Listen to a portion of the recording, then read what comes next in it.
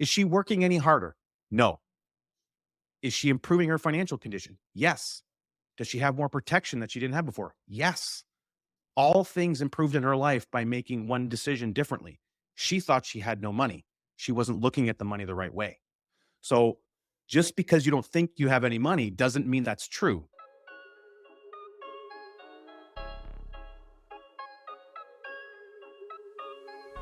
Welcome to Building Wealth Through Real Estate, the ultimate interview style podcast for real estate investors. Learn from our experienced guests as they share their successes and their failures and uncover new strategies to grow your wealth. With a focus on Canadian real estate, we cut through the noise and bring you relevant information that you can act on. So don't miss out on this opportunity to connect with like-minded investors and elevate your game. Leave your questions in the comments below and join us on a journey to building wealth through real estate. Joining us today is Mr. Richard Canfield. Richard, can you share with us your background, how you got started in real estate investing, as well as infinite banking, and your journey to this point? I'm not sure how far back you want to go, but I guess I'll take it back a little way. So I'm originally from the Edmonton area, actually Camrose, Alberta. I'm sure many of your viewers are aware of different little Alberta small towns. And I grew up actually in a service business. My family owned and operated a company where we had portable toilets, and my dad cleaned septic tanks. So I was the heir to the portable toilet kingdom of Camrose, Alberta, is what I used to tell people. A prince to the throne, as it were. When you're in that kind of industry, you got to make jokes about everything. Otherwise, you're not going to be very happy. But anyway, so we had that business, and I grew up in a farming community out on an acreage, working hard. That was all I ever really knew and understood. And it was probably about when I was 12 years old, my mom really wanted to get into investment real estate. So she used to take the Canada Child Benefit, or the precursor to that, what it used to be known, and she actually set it aside intentionally and invested it for myself and my siblings. And she invested into mutual funds, which she knew at that time, and she built it up. And in her mind, she had compartmentalized that money as ours, if that makes sense. Even though it was there to help the family be able to put food on the table, that sort of thing. She was very intentional about the idea of paying yourself first. She did that, and she invested that money, which is really cool. It's amazing. Shout out to mom. She's fantastic, honestly. So when it came time to invest in real estate, that's where some of the money was going to come from. So I remember we sat around the kitchen table and we had a conversation, and I was about maybe just turning or about 12 years old, that we were going to take this money and we were going to put it towards buying an investment property in Camrose. And I remember being a little bit hesitant at that point because I was very much a saver, very big saver. I was known as the bank in my family. If someone needed cash for the weekend or something, they would come to me and I would get them to write out an IOU, and I would have that. And I would go and collect money from people when they didn't pay me back. So I didn't understand interest at that age of life, but I understood tracking the money and whatever. And so we decided to go forward with this property. I was against it at the time. It seemed like it was going to be a lot of work, and I was very standoffish and hesitant. And the reality is we owned that property we purchased. It was an up-down suited property for about 6 or 7 years. And this is early on. This is in the early mid-90s. We sold it, I think, in 1999. And at that point in time, it was just before the Alberta boom started to kick off in the early 2000s. So it was a little early. So our timing wasn't great. And then also, what I learned in that entire time frame is that real estate was a lot of work, and we didn't have coaching. We didn't have mentorship. There were no podcasts. There wasn't good training. There wasn't good coaching. There wasn't real estate investment groups and networks available. So we didn't have any of that support. And so it was all just us trying to figure it out on our own. And the reality of that is I would go get off a bus from school and then get in a vehicle, put on work clothes, and I would go into town and I would paint, I would do drywall repairs, move appliances. There was a dog named Goliath that one of the tenants had. If you're picturing the biggest dog known to man, that is exactly what it was. And it tore up the yard. It was like it was digging all the way to China. I had to single-handedly reclaim the entire yard from what this dog did. I shingled my first roof there. At one point, we had some guys in the basement that were playing floor hockey, and they body checked each other through a few walls. So I've got a few tenant stories, if that makes any sense. And we had a lot of experiences in a short, compressed time frame. And so what I got out of that and what I realized is, like, this real estate game kind of sucks. There's a lot of frustration that's involved here. I associated it with actually a lot of negative emotion and energy because of all the work that was involved. The reality is all of that could have been resolved with good coaching, good information, and understanding some systems. We just didn't have those things. And we were also running our business. So we're just running ragged. We didn't have the time available. So that was my first foray into real estate. Now, when we sold that property, my parents, we each received our appropriate amount back. And I told them flat out, I'm never doing this again. Literally 3 months later, I was putting an offer on with my parents on another property, which was in downtown Edmonton. And I think it was a third or fourth floor unit. And it was a condo conversion property where everything was going to be in a rental pool, 100% self-managed. And I remember being at the sales presentation. It was like one of those dinner evening things. And they were talking about the idea of a virtual apartment building, which is a really cool idea. And I remember grilling this sales guy. And I was barely 18 at this point. I'm grilling this guy. And I said, you mean to tell me I never need to see a tenant? I never need to move an appliance. I never need to deal with Goliath, the dog. And I grilled him with all these questions. And the answers came out good. And so we decided to proceed. So my parents and I moved forward with another property, even though I said I was never going to do it again. And then we sold that property about 3 years later, and I got my first $15,000 check. And I thought, okay, now I realize there's something to this. My mindset had shifted and changed along that line, and I realized there was more to it. And so then I started to delve deeper and deeper into the real estate realm. I became involved in a lot of membership groups, and I made a lot of amazing connections. And I just really started to get enthralled with real estate. Now I've had rocky experience in real estate. I've had goods. We've all experienced some great wins. And I'm sure that any real estate investor who's had more than a couple properties can tell you a bunch of horror stories. So it's not all sunshine and rainbows. And I think that if we tell people that it's sunshine and rainbows, we're misleading them to some degree.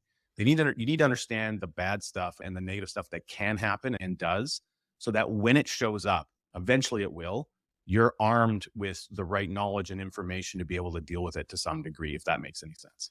That's one thing that I try and highlight on the show with the guests that we have, is that they share their successes as well as their failures and their losses, so that people are able to prepare themselves, put systems in place, educate themselves, and have that expectation going into it. So I think that was a great background on it all, as well as some useful tips just within your introduction. So I'm loving the start so far. Now tell me, what led you to integrate infinite banking with real estate? Want to succeed in real estate investing? Focus on networking and building a strong power team. As an investor-focused realtor in Edmonton, I can connect you with local events and experts. Plus, keep you in the loop with exclusive deals. Contact me below to start growing your network and your net worth today. Let's get back to it. Yeah. So after that foray and that second property, it was a year later that we bought the next property. And then not long after that, probably another year later, I was buying another one just for myself with the intention of living in it for about a year and then moving on to another one. So I was trying to do that whole foray. And right at that time frame, there was a real boom starting to happen in Alberta. And I went and I started my electrical career. I became a journeyman electrician, I believe I don't know if it was early, like January 2002, early on, a long time ago. And I kept in that career for a while. I had a lot of fun doing it. I met a lot of great people, but the reality is I knew it wasn't the right fit for me. It wasn't the thing I was meant to be doing. Shooting forward to February 6th of 2008 was my final day as an electrician. So at that point, I was working in Fort McMurray at one of the oil sands facilities. And I found myself doing little job site seminars with the group of people that I was working with. They didn't understand how their RFPs work. They didn't understand the benefit that the company was giving them. They didn't understand what you could do in real estate. They didn't know about first and second mortgages, private lending. Like, they just didn't know any of that stuff. And I had all this knowledge that I've been amassing. It's not that I knew it all, but I could clearly understand that because I was on a journey of exploration and learning and being very curious about the world and life and finance, that other people just weren't taking on that initiative. So I started bringing the initiative to them, if that made sense. So when you do that, enough of those, you realize, I'm just in the wrong business. I shouldn't be here. helping major oil companies suck oil out of the ground and making sure that things are in operation isn't really a way to give back to the world and the community. And I'm not really adding a lot of value to other people. And I feel like I have more to give. There's more in me that I should be doing. So I transitioned from that point to getting my real estate license in Edmonton. And then I was a realtor for about 9 years in Edmonton. I had a lot of fun doing that. The last couple of years, I barely did any of it though, because I had transitioned into another business. And I remember I was at a real estate event in Calgary. I believe it was in 2008, probably June, July 2008. And I met somebody there through networking. And then that led to having a meeting with them about a software tool that helped rapidly eliminate debt and teach people how to do that really effectively. I ended up transitioning into a business that helped me do that with people. And then that environment led me to discovering and meeting an individual who taught me about this book, Becoming Your Own Banker. And this book, Becoming Your Own Banker by R. Nelson Nash, I finally ordered and read this book after learning about it in 2009. It was summer of 2009. And once I read the book, El Rey, it just changed everything for me. You ever had this experience where you learn something that you just had no idea existed and it hits you like a 2x4 in the face? You ever seen the movie Tommy Boy where it doesn't so much hurt here or here, but right here, he's got like the red 2x4 mark all over his face. That's the feeling that I had when I read this book. And the result of that is I actually got pissed off. I got really irritable. And I remember I would be in social environments or whatever, and I found that I was like I had a chip on my shoulder. I was a little bit nippy with people because for something in the back of my head had me angry that here we are in 2009. And if I shoot back and look at the entire decade previous, I had spent close to $45,000 on my personal and financial education at that point, over a decade. That meant real estate events, week-long courses, personal development courses, hip hopping all over Canada and various places in the United States to attend all these events to build up my knowledge and my experience and my contact base so that I could make it big in real estate. And all the real estate gurus and all the people that I'd met, not a single one of them had told me the information in 92 pages. I got a better financial education in 92 pages than for 45 grand I'd spent in a decade of my life. I was pissed off, and I think rightfully so. Yeah. So that had an impact on me. And I realized once you know something, it's very difficult to unknow it. You have to actually make a conscious choice to hide that information in your world, in your life, and try to like put it to the wayside. And I couldn't operate I could not be in integrity in my life if I didn't share the information in this book. I knew fundamentally this is what I had been looking for. When I left my electrical career and I transitioned into real estate, I knew at that time that wasn't what I was supposed to be doing. But I knew it was a reasonable, natural transition for me because I figured I would be doing more things in real estate. And I liked to educate and to coach. And I thought that I would be able to add value to people's lives in the financial or in some way. I just didn't know how. When I read this book, I realized this is what I've been looking for. And it's fascinating to me, and I'll circle it back a little bit more. Going back to 1999, when we bought that second property, there was a different black book that I went and purchased. I went to a Kohl's or an Indigo, whatever it was at the time. And there was this black book that was all about amortization charts. It's literally just numbers. And you can flip through the book and you could pick an interest rate and a number, a debt amount, and you could isolate the payment and the stream, and you could do it all with this manual book. It's weird to go and buy a book like that.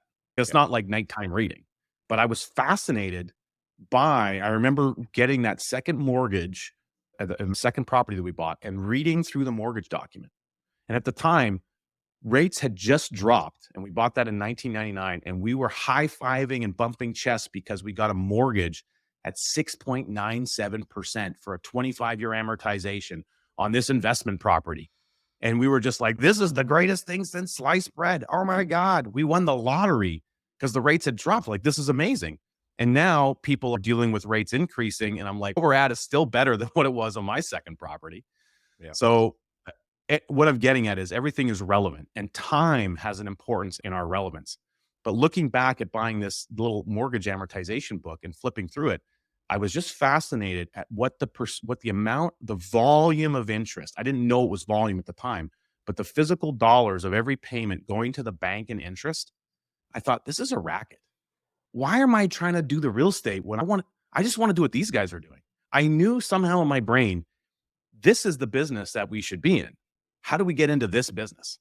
When I realized that you could use your registered like RSP, TFSAs, at the time, TFSAs didn't exist, but registered capital to be able to lend on private mortgages. I did a number of those deals. I thought, that's it. I figured it out. This is how we could be the bank. So I figured I already knew it. I was wrong. That's not it. That is one way, but it completely discounts the flow of money through your life as it runs through every aspect of your life. And when you understand the principles and the mindsets in this book of becoming your own banker, it completely is a paradigm shift to how you've been taught to utilize money and the way that you can use money over more than one lifespan. So when you start to think about money in beyond your own lifespan, your whole interaction with money can change. And I believe for the better.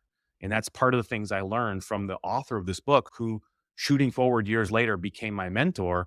And I loved him dearly. At the day that we're recording this, we're approaching the fourth anniversary of when he graduated, 4 years since he's been with us.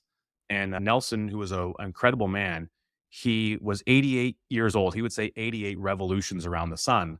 And when he passed away, he was still teaching this concept to people. He was phoning people from the hospital bed and checking in with them and making sure that they understood what needed to happen.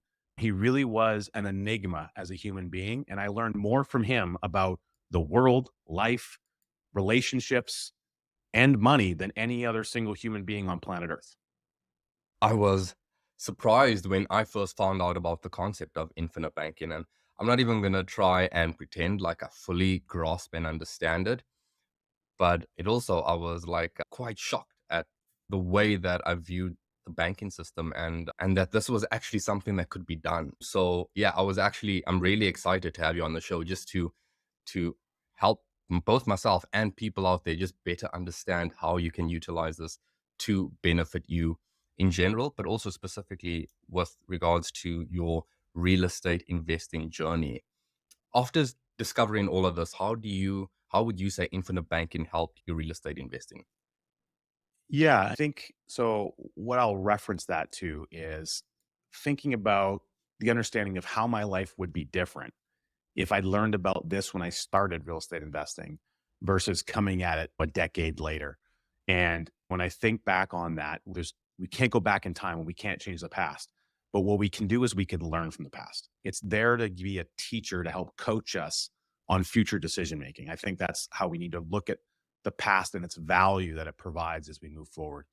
And in retrospect, if I had, for all the money I'd spent on renovations, kicking out tenants, dealing with vacancies, down payments, just a variety of other things that you do on the road of an investment life. If I had all that money and I had been able to flow that same amount of capital through the infinite banking process into another asset class, being the whole life insurance that we use to help create the engine, it's just the tool, just like real estate's a tool to help you create an outcome for your life that you want. Whole life insurance, when structured properly, is just a tool to help provide the means for which you can incorporate the mindset of infinite banking into your life. Had I flown that money through there, the amount of asset capital and value I would have available to me and my family would be dramatically different today. And one of the reasons for that, El Ray, is this. Over the time frame of all of this transpiring, if I look back over a 20-year time frame, again, I've had some great wins and I've certainly had some losses. So I'll share another loss, not a loss, but a learning lesson opportunity for you and your listeners, if I may. I have a property today. This is a property, I believe we acquired it in 2002. I might be wrong on the math, but so I've had it for roughly 20 years. I've only ever seen this property one time in that time frame. It's in Fort McMurray. And as you probably know, Fort McMurray's had a bit of a 2x4 to the city, the proverbial city's face, a number of times in the last couple of years. And so when we bought that property, I think is a 1-bedroom unit in a basement level floor of an old 4-story walk-up type complex. It's probably one of the oldest complexes in Fort McMurray. It's in downtown. Okay. And that was a condo conversion. It was done in a rental pool, etc. And so everything was good with that property for quite a while until it wasn't. When we purchased that property, it was probably maybe an $80,000 price point, something like that. At the peak of the market in Fort McMurray, we had it appraised, and it appraised for, I believe, $225,000. So far, this sounds like a pretty good story. Would you agree? Yeah, absolutely. Okay. We'd built up some cash flow. We'd done some things. It was good. Of course, a lot of deferred maintenance happened over that time. And then quickly after that appraisal, the market shifted. So the good news is we did do an equity take at that time, and we used that money to go do some other stuff. In fact, we pulled out more money than what the original purchase price was. Okay, so that sounds pretty good. However, shortly after, that's when the market shifted. Vacancies went up, oil price went in the tank, a whole number of factors happened, and it just never really recovered.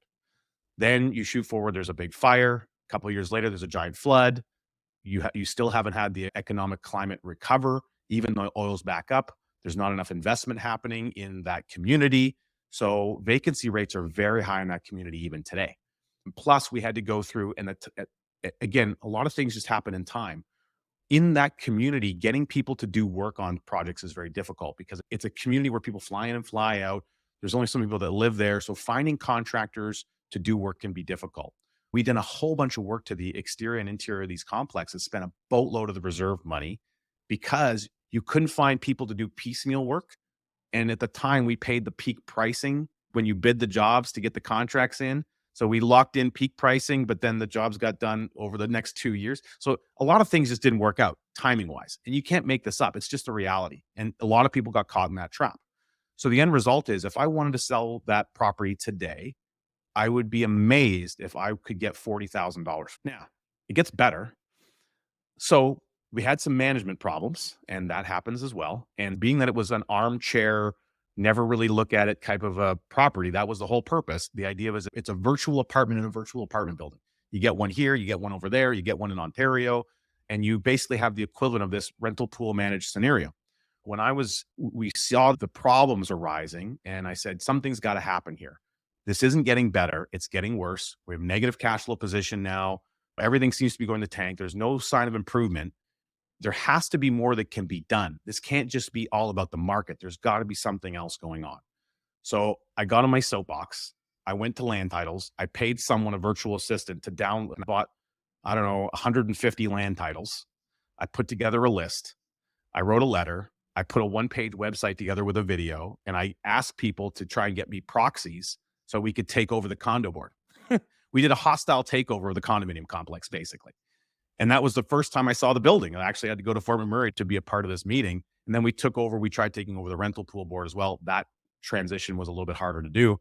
So here we are about 3.5 years later, and we've done massive improvements to bring this thing back online, but it is a slow slogging process.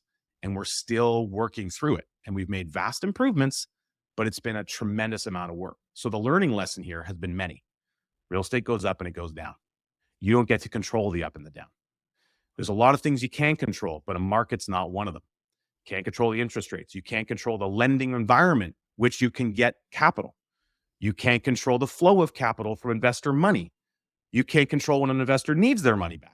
You can't control selling a market in an environment where the market can't bear the sale of your property.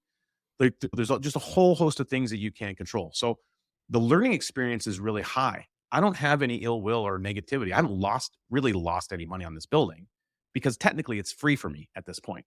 But if I would have to hold it for another 10 years at the current negative cash flow before I would probably really start losing money. The reality is I might as well keep it. There's no reason to get rid of it at this point. We are making the necessary changes to bring it back online, but the learning experience has been so high. And my cost of time, El Ray, the amount of time that I've spent on this condo project because I thought it was the right thing to do. The reality is, if I could have all of that time back, I could have vastly made more money than what I'm losing on the property by having my time back. So that's another learning opportunity. And it's time away from my family that I could be spending with them as well.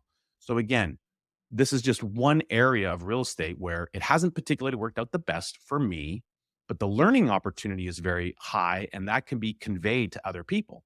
These are just some of the things you need to be aware of. If you would have asked me 20 years ago, Richard, could you ever imagine this happening? Of course not.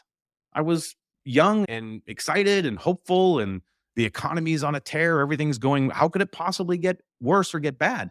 When you experience a level of change or loss or frustration in a changing marketplace, that really the rubber hits the road. You get to be in a position to understand that this is just not always the case. There's lots of ways to make money in real estate, tons of them. There's so many different methods that you can do it. But these things do change.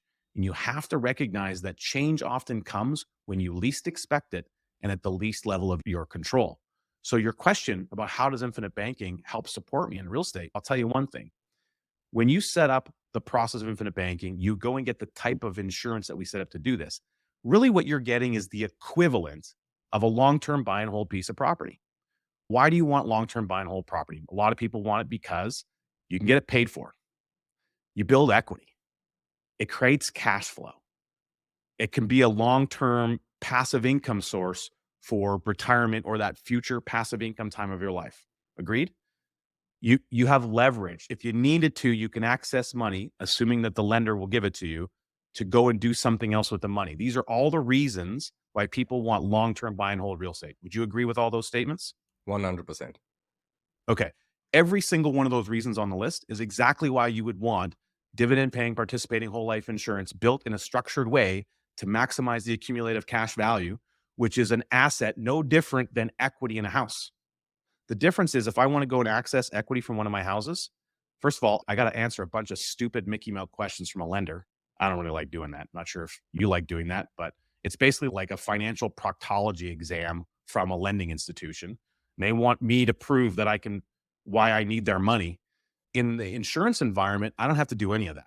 It's a phone call, one piece of paper. In fact, with one of the companies, you can now click a button online and you can get money direct deposit to your account within a couple of days.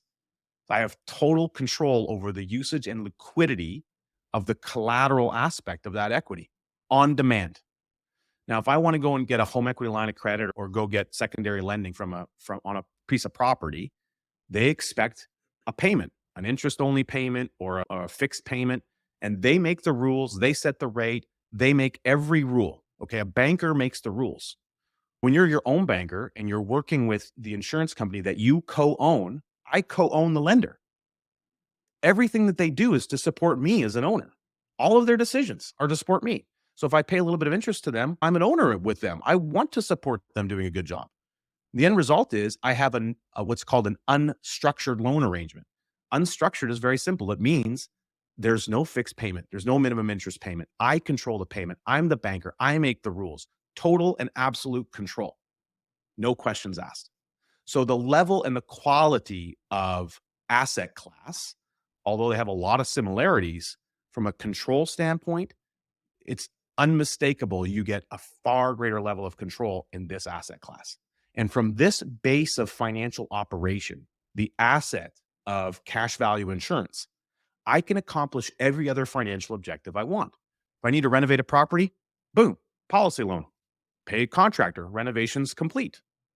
Cash flow picks up, pay the loan back. If I used a personal line of credit, wouldn't I have to do the same thing? It's exactly the same, except my money kept growing the whole time in the contract. And the worst case scenario, the absolute worst case scenario, which by the way, is always the worst case scenario, is that Richard gets taken out by a city bus, an ETS transit bus. Yeah. That would be hard. I don't live in Edmonton anymore, but I do visit. So let's just assume that happened. And a whole boatload of tax-free money comes in and it solves all kinds of problems. If I have the insurance in place, that is true. If I don't have it, that's not true. So the worst case scenario is still the worst case scenario. But in one situation, tax-free money shows up to solve problems. In the other situation, it doesn't. And I want to tie in this one more time. My colleague, Jason Lowe, and he's the co-host of our podcast, Wealth Without Bay Street. One of the things that he is fond of saying is the best investment is the one that pays the most when you need it the most. I love that comparison between the two because those are the reasons why people get into real estate investing, right? Or the big ones, at least. I know you mentioned leverage. Can you leverage your whole life policy the way you can with real estate? From what I understand, at least with whole life, it's equity that you essentially accessing, right? You're not accessing anything further than what you own or control. Is that correct? Yeah, really interesting question. I like the way you frame that. So here's how I'm going to tackle that. I got sparked by an idea. So you're right in that you could only access equity. So just like a piece of real estate, the only thing you can access is equity. Yeah. So there's no difference there. However, the level of equity that you can access in a typical piece of real estate is up to 80% loan to value, the value as determined by an appraiser. Everyone put your hand up if an appraiser's ever done a bad job of assessing the value of your property. A much lower value than you think it's worth. Okay. So just understand it's 80% of what an appraiser dictates that's on the registered list that the bank will take, Yeah. not what the comps and what the reasonable market will bear necessarily. So understand that. So you're limited to 80%. Now you can go higher than that if you use private financing. We understand that private financing can do that, but now you're adding extra risk into the property and you're also risking the investor's money because if the market drops, then that private investor is now potentially underwater on their investment. Does that make sense? By the way, I could tell you a whole bunch of horror stories about that going back to 2008, 2009. I don't think we have time for that today. Maybe that's a future endeavor. So we have limitations on our access to equity, and we always have to go and ask permission. We have to get the money from someone else. You want the money? You got to go to someone's big fat pile of money. You're always tapping into someone's pile of money. It's either your pile or their pile, your pile or their pile. If you want to tap their pile, why do you go there? Well, it's because they have all the money. If they have all the money, they're not going to give it to you for free. They're going to charge fees and interest and structure payments and all this stuff for you to get access to it. You have to prove that you're a good borrowing risk. With the life insurance company, when you want to go and access money, boom, one piece of paper, one phone call. Money's direct deposited typically within 5 to 10 business days. Okay. Or you can get a check if you want, depending on the size of how much you're getting. You're directly accessing the equity, 90% of the equity, no questions asked. The minimum loan amount is usually $500. Okay. So you have less than 500 to borrow. Sorry, you got to wait a few more months. Okay. The equity accumulates every single day. In a piece of real estate, equity only goes up by a market condition or the repayment of the debt. Those are the only two things that grow equity. We can agree on that. In an insurance contract, equity growth is automatic because of the design that's put into it. See, we wrote a book on this, by the way. It's called Cash Follows the Leader. All right. How uninterrupted daily growth with high cash value insurance. We released this book as a bestseller. We didn't release it as a bestseller. It became a bestseller in December of 2022. In this book, we talk about the fundamentals of the contract that is property. We talk about property. We think of physical houses, physical buildings, but property is actually contracts, the law of contracts. So an insurance contract is a form of property, private property. And it's private in that it's between you and the insurance company. No one else knows about it. Now, when you set this up, if I put in whatever the amount is I use as the premium, that's going to buy me a certain amount of death benefit. So in your question, the idea of like leverage, can you put a certain amount in and get something more? Technically, yes. You put in a certain amount. Let's just say it's, I don't know, $10,000 as a premium, and you're going to get $500,000 of death benefit. Well, that sounds like leverage to me. Now, that death benefit's only good if you're dead. So it doesn't help you right now. But if you have a system where the cash is going to grow to equal the death benefit by age 100, and it must accumulate to reach that target, and it cannot be stopped by a market condition or a political environment, then now you've created constant compounding growth on your money. That's the environment that we operate in. So equity is growing every day by contract, not by market. So there's a big fundamental difference on that. What you can access of the equity is 90% of the cash value that's there. But when you take a policy loan, it's like a home equity line of credit, except there's no home. Okay. It's the insurance contract is the method that's being utilized. You now have an indebtedness with the insurance company, but I'm going to use a demonstration here. So I've got a water jug in my hand, a big giant, like 2-liter water jug. I'm going to drink this whole thing today, if you can believe that. Big giant water jug. And I've got a coffee mug here. So the water jug represents the general fund of the insurance company. Okay. Big pool of money, just a big fat pool of money. The coffee mug here, which is very good coffee, by the way, is representing the cash value of my contract. Okay. This is how much cash value I have. When I request a policy loan, where does the money come from? Which jug? Well, if it's uninterrupted, then I'm guessing it comes from the water. Bingo. You nailed it. The money comes from the insurance company. So I'm using the insurance company's money, OPM, other people's money, to be able to utilize. My money is completely untouched. It never leaves the account. It doesn't come out of the coffee mug, which means it is constantly growing uninterrupted. That's very powerful. It's very similar to taking a home equity line on a house. You don't have to sell the house. Okay. But one of the problems with home equity lines is they're an on-demand loan. And if you go back to 2008, 2009 and the financial crisis and the meltdown that happened there, a lot of people, it did happen in Canada, much more prevalent in the States. people that had these big home equity lines of credit, because the real estate market started to tank, they were frozen and then turned into blended principal and interest payments much higher than what they were previously paying. And it forced people into bankruptcies. So the bank can giveth and the bank can taketh away. Yeah. When you're your own bank, you make the rules. You're in control. You're in the driver's seat. That's what we try to focus on, teaching people what to do. Nobody should ever be in control of your money but you. You're the only one that should be in the driver's seat. That's our focus. That's what we're trying to teach people to do by implementing the mindset and the concepts that Nelson Nash taught us, and then making sure people understand how to implement that through practice. It's a lot about coaching and ongoing learning. Nelson says in the book that there's no such thing as having arrived in knowledge. There's always something new to learn. And that's part of where your podcast comes in. People listening into this have an opportunity to be exposed to lots of additional learning and ideas and the experiences of other people, real estate professionals and investors that have had the good wins and the bads, and they are able to share their stories. That's how we learn, is through stories. Yeah, I couldn't agree more. So a question for people out there who are trying to figure out with regards to whole life policies and real estate investing, can it be tied together? Is it a either or vehicle or a combination of both? Or is there a situation where you can tie them together to get the best of both? And how does that look like theoretically? Yeah, it's a very good question. And so actually, my colleague Jason co-wrote a book, The And Asset for Canadians. So we refer to the insurance contract as an and asset. Everything else that you do in your financial life is generally this or that decision. I could put money in my RSP, or I can use it as a down payment on real estate. I can fund the basement suite renovation on this property, or I can put it in my TFSA, or I can buy a family car, or I can go on vacation. You're always making a this or that decision. With the insurance, you're no longer doing that. You're making, I have the insurance, I have constant motion on money, I have protection for the family, whichever the family member is. I have a certainty and a guaranteed outcome that's being created no matter what, simply by going to bed and waking up the next day. I have an automatic improvement to my financial condition. And I can access money to go do everything I was going to do anyway. If I needed to renovate the house, boom, there's the money. If I needed to go on family vacation, boom, I was going to spend the money. Where did the money come from? It came from the insurance company's money. I needed to go down payment on a piece of real estate, borrow money from here, put it there.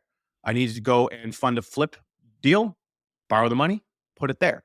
So the same way that you might use a home equity line of credit, especially for your investing purposes, is identical to how you would use it here. You just have more control over it, and you have a more certainty on your outcomes by doing it that way. So ultimately, it's really not very complicated. It's basically, you need to put money somewhere. Money has to be warehoused. So you either need it in a savings account or a checking account or maybe some home equity or whatever. You need to warehouse money. And when you warehouse money, every once in a while, it comes out of the warehouse to go to work. I'll give you an example. Most people in Edmonton have a garage if they can. They want to have a garage because a couple months of the year, it's not very friendly outside. I know, I'm very familiar with that. And so when you park in your garage, every day you got to go to the store, to work, to check on your properties, whatever. You got to leave the house. When you come back to your house, don't you put the car back in the garage? Yeah. Okay. That's a warehouse. That's a warehouse for your car. Your car is just a tool. It allows you to go from here to there and here to there. It's a transactional transportation device. Money is a transactional transportation device. The movement of money is what banking is. Money has to move from one party to another in a relatively short period of time. That's the function of banking. When you can control that function at the you and me level with more autonomy and control using private contract, all you're doing is you're changing the warehouse. Instead of it being in a checking account, savings account, TFSA, RSP, home equity, you're transferring the warehouse of the money to the insurance company that you co-own, which pays you dividends every year and gives you a whole bunch of other benefits. And when you need the money, you take it out of the warehouse and you go and put it to work. It's very simple. It's all it is to it. So infinite banking isn't an investment. It never is. It's not. And then whole life insurance is not an investment. It's a really good warehouse for capital that's efficient, that allows you to deploy it on demand for the exact same things you're doing every day. I love that. I love that explanation. The way I see it is that you sort of disrupting your previous flow of money in a manner that allows you to keep as much of your money as possible, right? Basically, plugging up as much of that leak as you possibly can. I can give you an example of that if you want. Please go for it. So I have a number of these insurance contracts, of course, on my own life, on my wife and my two children. I'm going to be getting another one here in the next few months. I just haven't had time to complete the application. But I got a new one on my wife last January, about a year ago, and I got two new ones on my kids. And so I have an operating company and I have a holding company, as a lot of real estate investors do. And so this particular policy is owned by the holding company. Now, like most people, I have to pay CRA a tax bill every year. Have you ever had that experience, Ray? Okay. Would you believe it? They have no sense of humor about it all. They won't accept shingles and doors and drywall. They'll only take Canadian currency. Knowing that I have to pay them, I set money aside on a regular basis to pay that bill. Okay, I have to warehouse that money, don't I? Someplace. So what I do is I said, look, I want to optimize this capital so it can work for my family more generations than it was going to work for the Canada Revenue Agency. So I took the amount of money that I expected my tax bill to be for my corporation. It was about $35,000. And I said, look, I'm going to commit that to a new policy. And I needed one on my wife anyway. I knew one on my wife anyway. I converted some term insurance into a new contract. I made the choice. I decided the premium. I set it all up. 35,000 is what I wanted to put into it. Were you with me so far? And the minimum required premium, I'm just going to round it. It's different than that, but it was about $10,000. It was like 95, but let's just call it 10,000. So 10,000 was the minimum requirement. 25,000 was totally optional, totally flexible, 100% in my control. You with me so far? Okay. It'd be like you have to make a minimum mortgage payment, but you could make extra payments on the loan if you wanted to. Same kind of an idea. When I make that extra payment into the policy at my choice, it automatically increases the death benefit roughly, in this case of my wife, 4 to 5 times greater than what it was before I made the payment. So I have a huge increase, which now causes an effect of long-term compounding to occur. Okay. Because the cash value is chasing after this future death benefit. It must reach that death benefit by age 100. So I just forced the cash to start moving faster and accumulating for my family. Now, I was able to access a policy loan within about 5 days from setting that policy up. And I borrowed, I believe it was $22,000 right away. So I put 35 in and I was able to access 22,000. Is that all of my money? Of course not. But it's a pretty good chunk, isn't it? Yeah. Now, I was going to pay the Canadian government 35 anyway. I had extra money set aside to pay the balance, but 22 grand of it I used to pay the bill. And then I had extra money in my corporation to pay the remaining balance. You with me so far? Okay. The key thing is this. The original 35 I had set aside that was happily going to go to CRA and gone forever. Now I've optimized that money. I've created another asset. I've already created equity. I've increased the total death benefit protecting my wife and my children and my future my family now for generations to come. And I've optimized that capital to do more jobs for me for more time before seeing it disappear, never to be used again. So the opportunity cost on that tax bill is extremely high. I've harnessed that opportunity cost to work for our family before it ever left the door. That's about efficiency and flow of money. Has nothing to do with an investment. Has to do with control. And I'm just thinking now, the money that you take out, of course, there's interest on that gets charged. What's correct? Generally, I'm sure it differs, but what would that difference look like between the interest that you earn versus the interest that you'd be paying? Good question. There's a little bit more to that question, so I'll try to simplify it and unpack it while still being accurate. So the life insurance company determines the interest rate on policy loans. The life insurance company is required to put money to work for the benefit of the owners. They must do that. It's a requirement.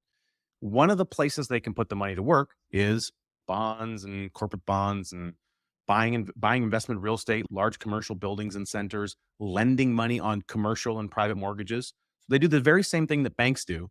They just don't manipulate the money supply the way that banks do. Okay. We won't go down that rabbit hole today. But so one of the places they can put the money to work, and the place that's at the top of the tier, like VIP, is with the policy owner. So if the policy owner wants to use that money, it must be lent to them before anyone else. Does that make sense? So the reason that you're charged interest on that, it's not because you're borrowing your money. It's not yours. It's the insurance company's money. And we're all operating together in one profitable pool. So you want to pay interest to them because that goes to support long-term dividends you receive as an owner in the company on an annual basis. All right.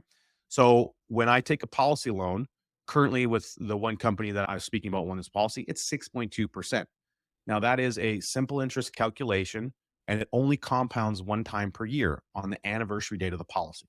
So if I sent zero payments back, I bought $10,000, I sent zero payments back for 365 days, the new loan would be $10,620. Make sense? Okay, very simple. And unlike most loans that compound monthly or semi-annually on mortgages, there's a different structure to the calculation of the loan, if that makes sense.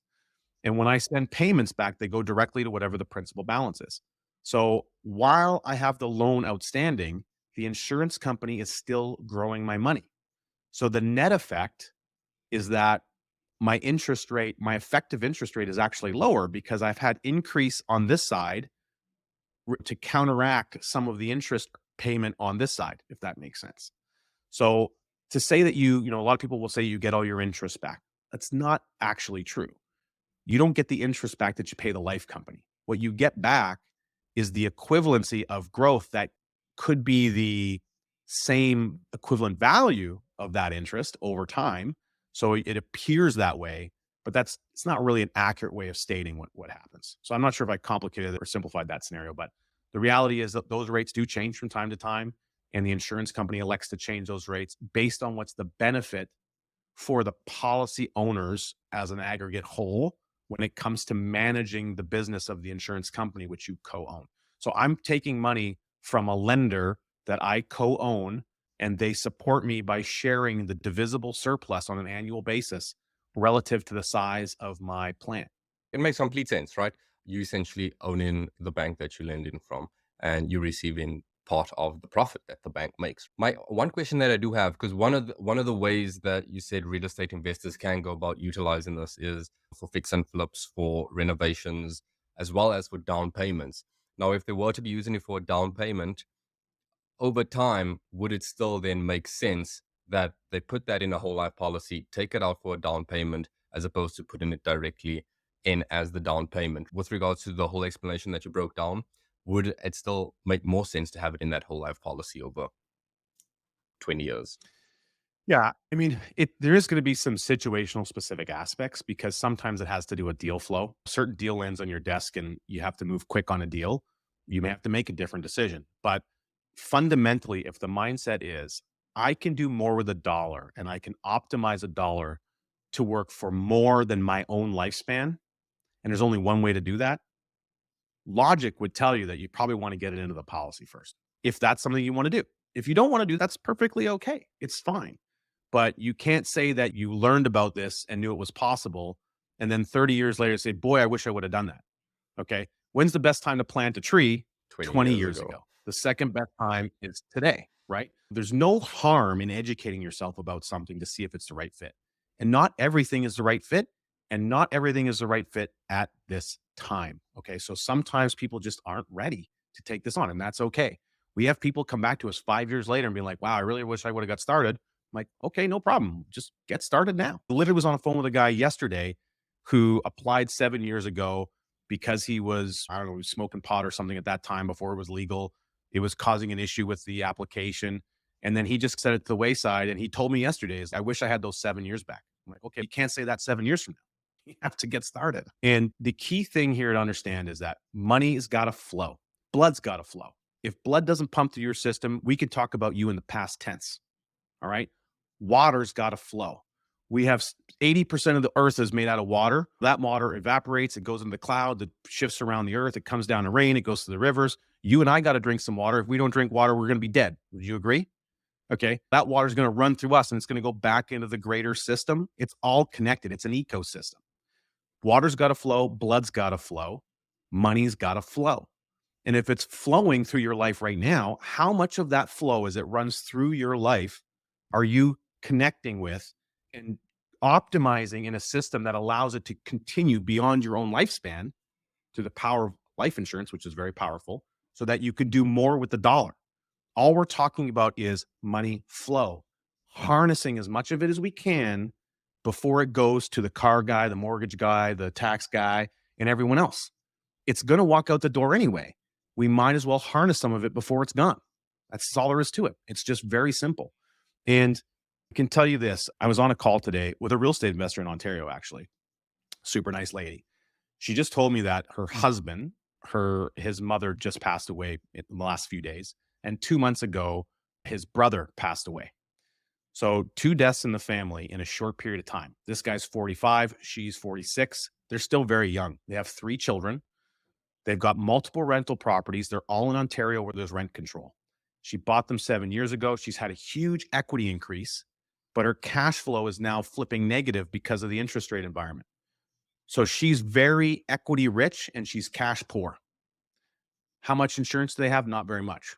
Just found out the husband now has high blood pressure and they just found out he might have an irregular heartbeat. So he's got to go in for testing. What's the probability, low, medium, or high, we're going to get more insurance on him? It went down to the lower category. Now, we talked about this 6 months ago and we didn't know about that information. We had a much higher probability of getting him insured 6 months ago than we do today. Now she's calling to get the insurance. Hopefully we can make that happen. He's the primary income earner in the family with a day job.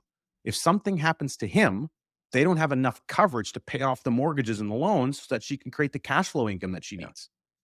To say that the insurance isn't valuable is completely insane. You're required to have insurance on your car just to drive on the road to protect other people, but you're not required to have the one thing that's fundamentally known in life, which is your death.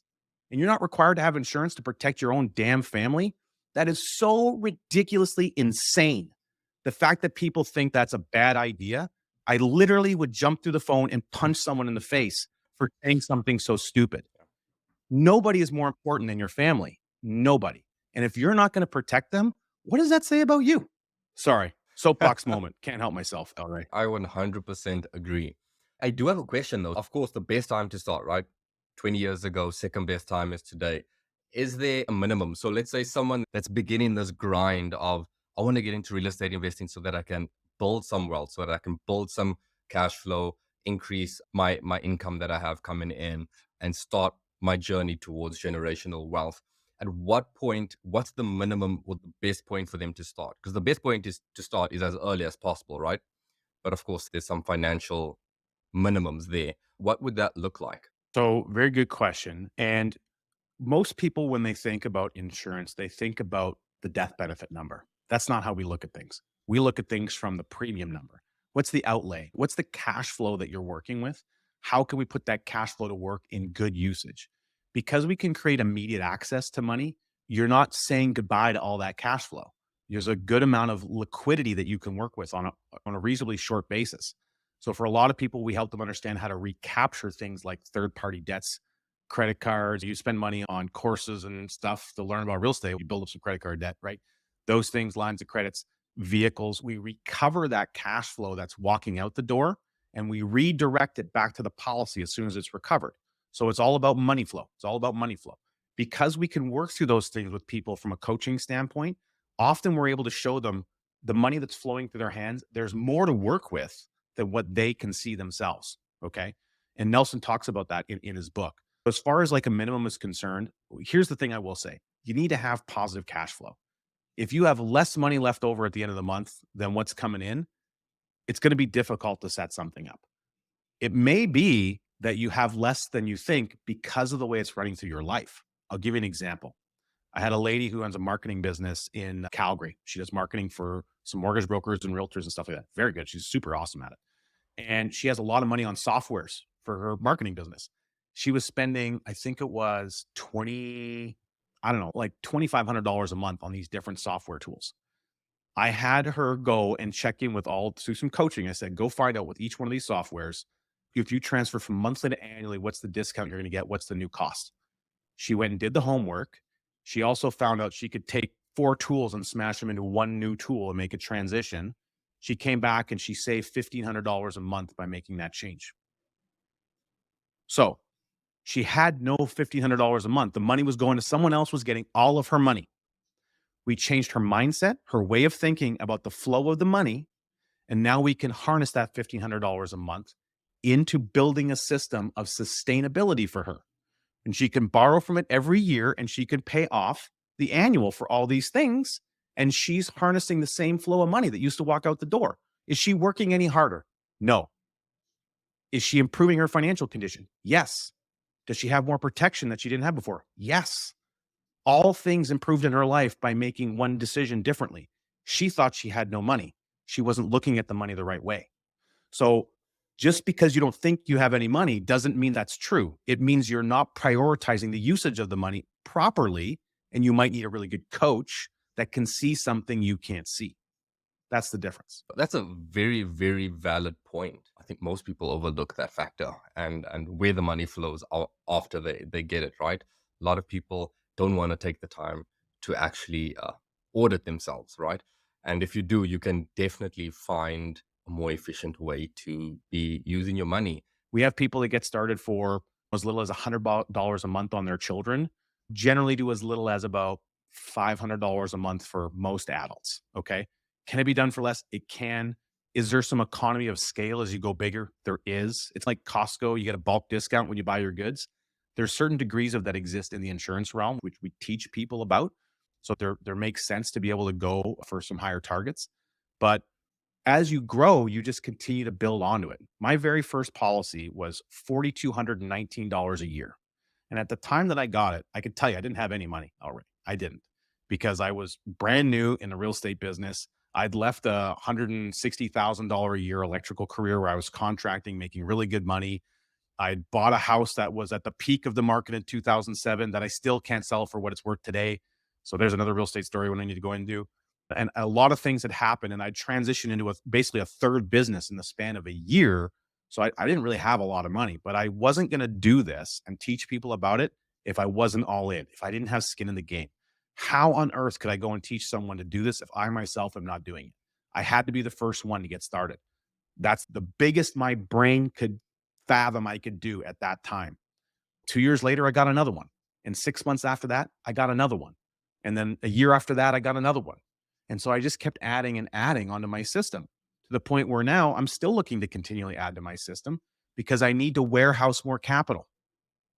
Okay. It's no different than looking at how you're going to go buy the next real estate deal. It's the same idea.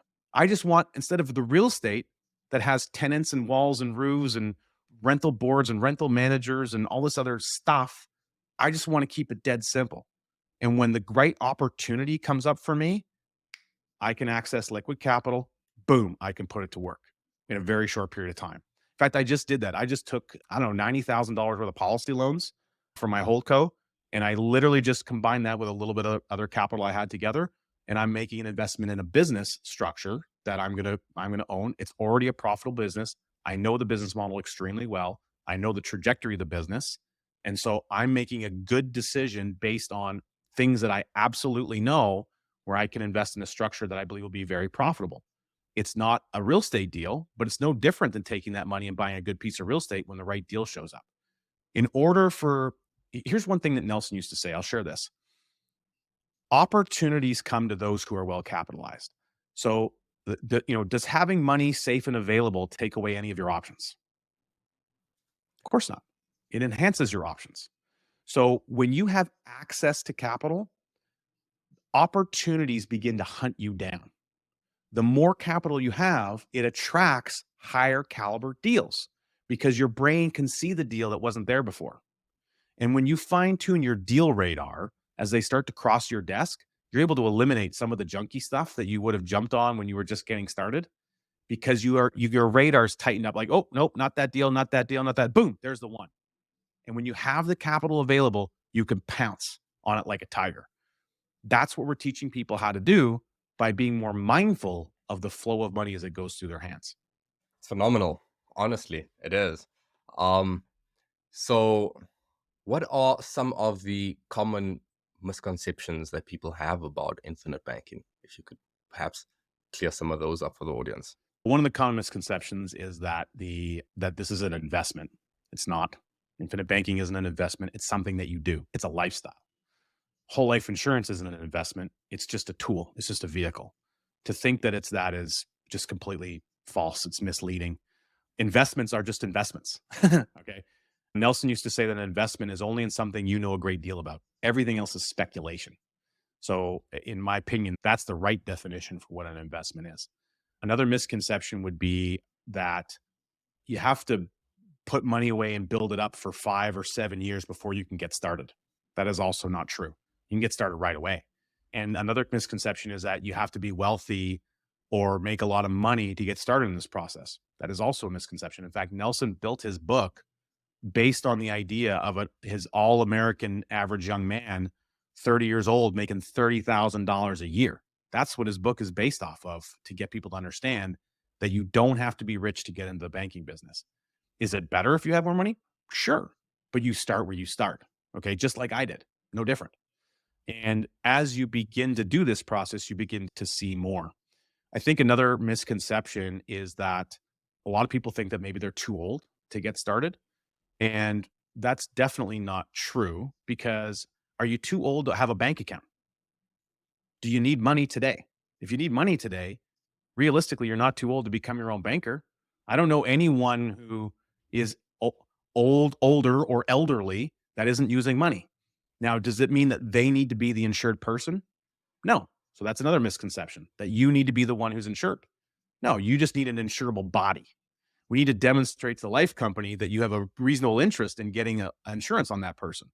So rule of thumb is spouse, children, grandchildren, parents, business partners. If you're in real estate and you're doing joint venture partners, that's a perfect reason to go get an insurance policy on that individual. Because if something happens to your joint venture partner, isn't that going to create some problems? Don't you want the money to buy out the partner's spouse? So there's a thing in business and in real estate, especially in real estate projects, called buy-sell arrangements. One of the things that we haven't talked about, which I think is a really good thing to bring up, El Rey, is that when you understand the power of how insurance can operate in a business structure, you can create way more advantages for the people that you're doing business with. And in a difficult environment, especially a difficult real estate buying environment, you need every single edge that you can get to stand out from the crowd when you're trying to seek investment dollars, right? Who wants to part with their money right now while everything, inflation's up and everybody's worried about what's going on in the world and the economy? People are holding on to their money tightly because they're not sure what's going on. They don't have safety and security. Okay. If you could provide safety and security, you might be able to market better for investment capital. If you say, hey, look, if you join my joint venture, I've got this boatload of insurance in place that's going to protect you, and I'll write you in as a beneficiary, or we'll have a corporation. The corporation will own it, and we'll have that make sure that the money shows up in the event something happens to me, so that you can buy out my, you can set up these kind of structures to give people peace of mind to protect their investment. Nobody's thinking about that. And I don't understand why, because it's so simple and it's so easy. For peanuts, for pennies on the dollar, you can solve massive financial problems with the advantage of insurance. So Nelson Nash, when he discovered this in the early 80s, it was a period of rapidly increasing inflation, rapidly increasing interest rates. He was on his knees praying at the financial condition he had put himself in because of real estate and being over leveraged. We talk about leverage in real estate and how wonderful it is. Nobody talks about what happens when the lever goes the other way.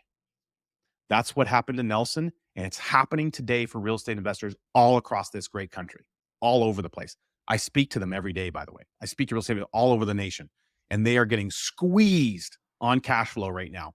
It is brutal, especially if you're in a rent-controlled environment, which thankfully Alberta doesn't have that problem. So when the lever goes the other way, none of the gurus talk about that, and then the gurus disappear. You don't hear from them until real estate's good again. Isn't that weird? That's really weird.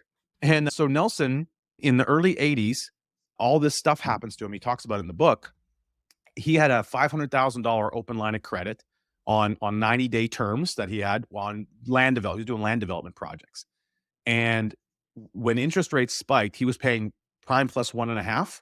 That went up to 23.5% interest for him. Think about that. 500 grand, 23.5% interest. That's a massive interest only payment. Then a big name lawyer in the town of Birmingham, Alabama, bankrupted on a project that they were doing. And they thought, oh, he's going to be a good partner. He's a lawyer. He'll be a good partner for us. He bankrupted. Nelson's share of the deal was an extra 300 grand. $800,000, 23% interest. Does that sound like a fun way to do things?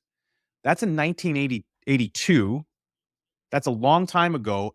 Adjust that for inflation. We're talking about $2.5 million effectively. That's the position he was in. Okay. So he wasn't a small time real estate player at that time of the game. And he realized a way to solve his problem was right in front of him. It was through the whole life insurance he already had. The problem was he hadn't been putting enough money in there. He could get to money at 7, 8, and 10% at 3 different insurance companies, but he couldn't access enough because he hadn't put enough in. He was thinking the way everyone else was. He had to change his thinking. He had to readjust his mindset and his budget and reprioritize and laser focused on capitalizing so that he could buy back the debt from the snakes and the dragons. It took him 13 years to fire his bankers, 13 years. From that point in time, him and his wife, Mary, never saw a traditional bank again, other than the convenience of a debit card. His family, they financed cars, mortgages in the family. When Nelson passed away 4 years ago, I miss him dearly, bless his soul. It was amazing, man. I miss him. 17 death benefit checks were paid. So think about this. Just imagine this.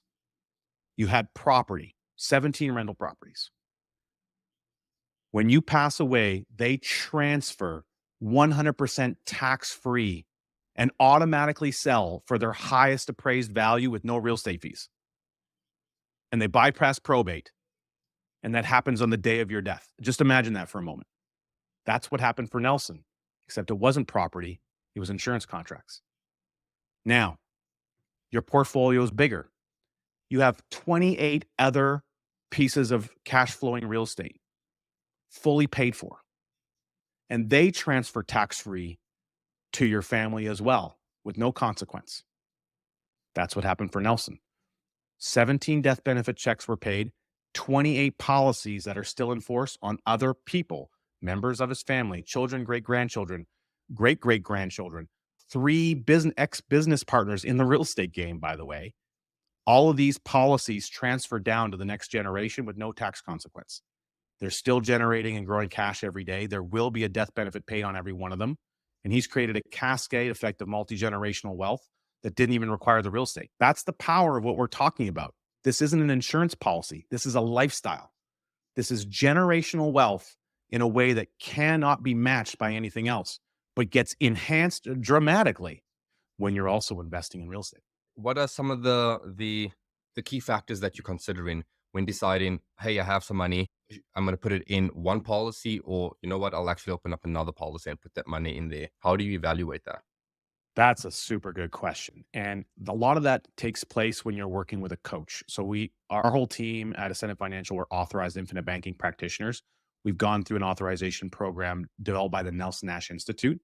And in fact, I just became one of the first honorary members of a practitioner, basically oversight group with the Nelson Nash Institute, which is really wonderful, a great honor.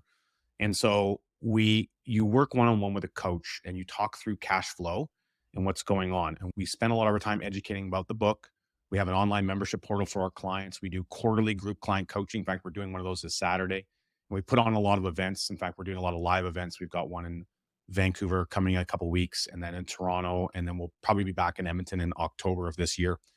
So a lot of it comes through the ongoing education and discovery, and you just get hit with you just understand all of a sudden it hits you like, oh wow, if I took this windfall of money or if I changed this in my budget, that would create the income I needed for that would create the funding source for this next policy. So sometimes it's uncertain, and then your brain just makes the connection, just the way that you discover things in life. Like you just make a connection on it. A lot of it just comes through coaching and working one-on-one with a coach and talking through what that would look like. And so there's a natural progression that happens. And so what we find is very common for our clients. They get started wherever they're at, typically within 24 to 30, 36 months, they're opening up another policy. And it's because they've recaptured third-party debt. Maybe they've had a windfall event. They've restructured their finances. They've had a lot of wins by using the policy as working capital in their life. And it's changed the way they operate their day-to-day budget. And then they become aware of how they can find the funding source for another one. So there's a lot of natural gravitation that happens because of the psychology of money. It's not like a clear-cut path for everyone. We all run a different financial life. My financial junk drawer is going to be different than yours. So when you unpack that junk drawer and you start to put the pieces together, it's amazing the things that you can see, and a coach can help you see it. So that's where it happens. In other words, it's not always consistent and it varies from person to person. For me, what works really well for me is I have like anything that we do in life, we need to have goals and targets. The more that we really focus on achieving these goals and we get clear on what they are and we have a good picture in our mind, the more likely that it is you're going to achieve them.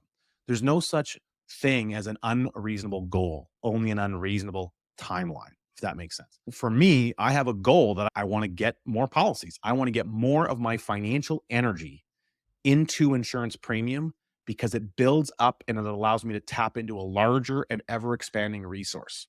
I understand I'm going to have a little bit of liquidity issue for a short period of time, but as I have existing policies that are doing very well and I'm opening up new ones, those new ones are going to become very well. It just kind of builds and builds and builds on itself.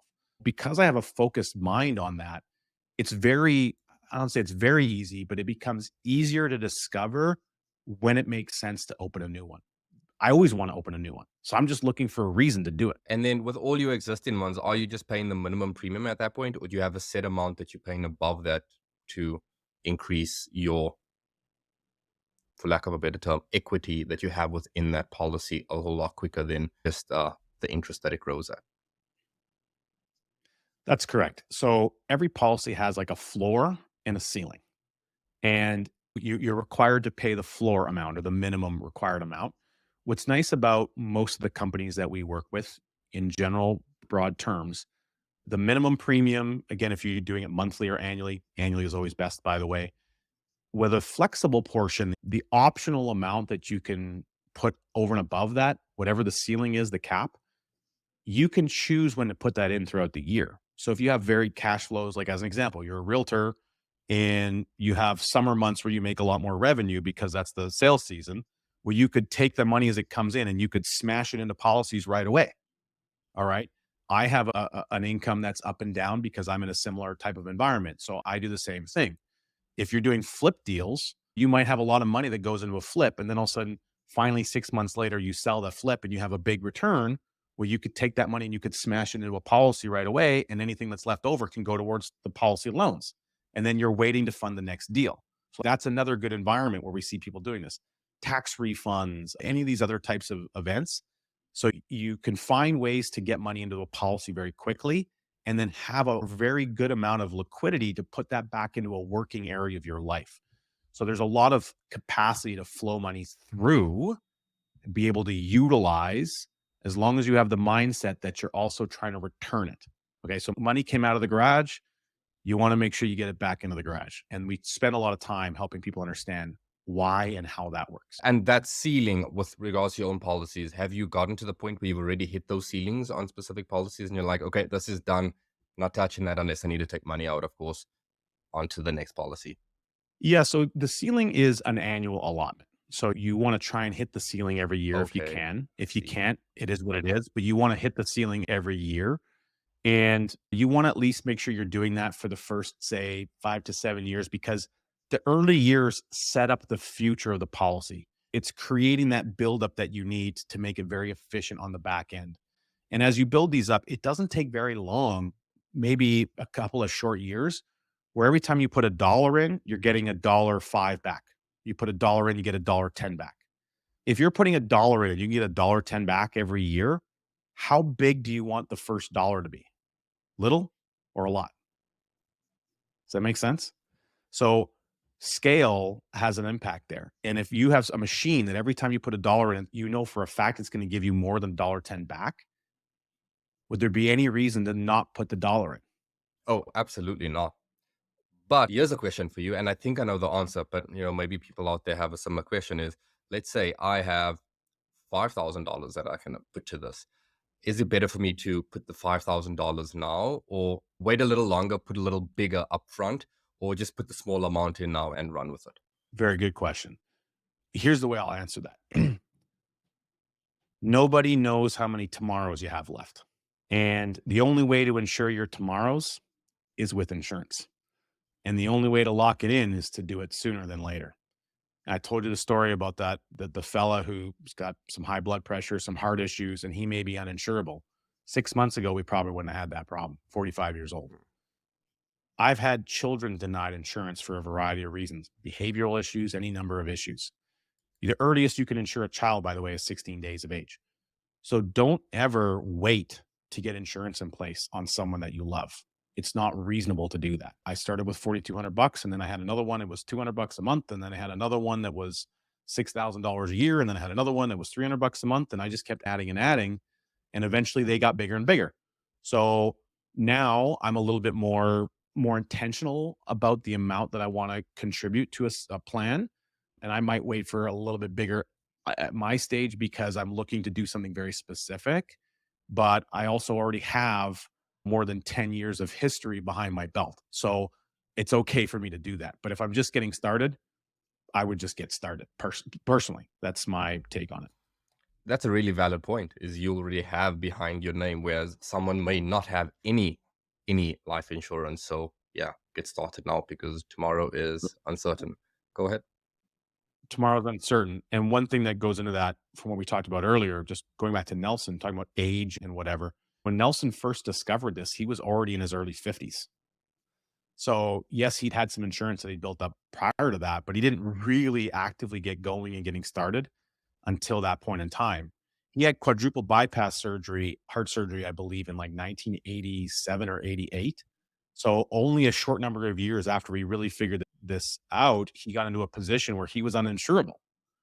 So thankfully, he was still accumulating death benefit every day because of the structure of the policies. And he was able to have other bodies he could insure. He insured 5 business partners. During that time frame, he had 2 death claims when he insured business partners. These were all real estate business partners, by the way, larger land development type projects.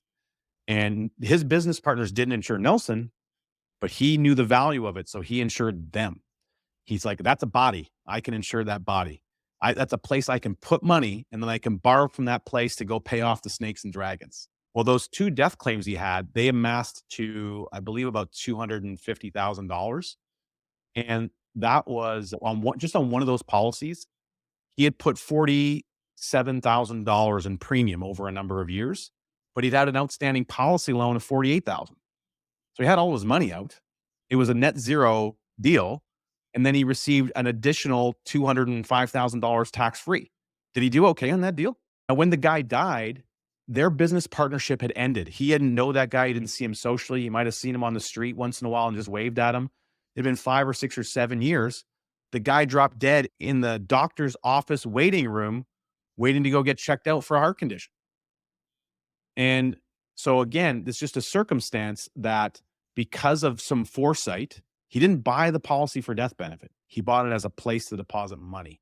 He used the money that he put in there. And he had the advantage of a death benefit. So he was able to do all of those things. And he didn't expect those death claims, but he said, didn't that cancel out a lot of mistakes I made in life? Now, people are like, hey, I think I've heard enough. I just want to go ahead and take action before this just becomes another thing that I've seen and went in one side and out the other. What can they do? How can they go ahead and get this in place? So the very first step is very simple, is you want to go to 7steps.ca. That's 7steps.ca. We have a great free report that's there that walks through literally a 7-step learning process to really determine if this is the right fit for you. It'll give you all the direct guidance on the types of things you need to do, which includes getting a copy and reading the book, Becoming Your Own Banker. I think that's great. Obviously, our podcast, Wealth Without Bay Street, is a great resource. We talk about this. We have a client series of interviews where we've interviewed a number of real estate investors who use this in their life. That's a really good resource. And I think we have 2 books of our own available, Canadian's Guide to Wealth Building Without Risk and Cash Follows the Leader, which is really popular. They're very simple and easy to read. You can get them on Amazon. But the 7steps.ca, that report will really guide you on exactly what you need to do to determine, is this even something I should explore further? And we've put it all together in a nice little package there. And we'd love to see what we can do to help people, especially in the real estate community. Perfect. I tell you what, I'll make sure to leave the links for all of that down below so people can reach out to you. And if people want to follow along your journey, maybe join in on your podcast and get some more information there, I'll leave all that information in the description below. We dived in pretty deep, and you've given some great explanations about it and the benefits that it entails. So I'm excited for people to hear this one. Awesome. Well, it's a pleasure to be with you, El Ray. And again, I appreciate what you're doing, helping provide good value and education for the people that listen to the program. You're being a tremendous resource to others, and you may not know it, but you're showing up in a way that people really need by putting a podcast. It's not easy to do this type of work, and there's a lot that goes into it, which I understand. And so I appreciate all the effort that you're putting forth to get this kind of information to the people. Thank you for tuning in to Building Wealth Through Real Estate. If you're interested in learning how you can effectively manage your rental portfolio, then you definitely want to check out the episode where I interview Mason. This is your host, El Ray Noble, signing off.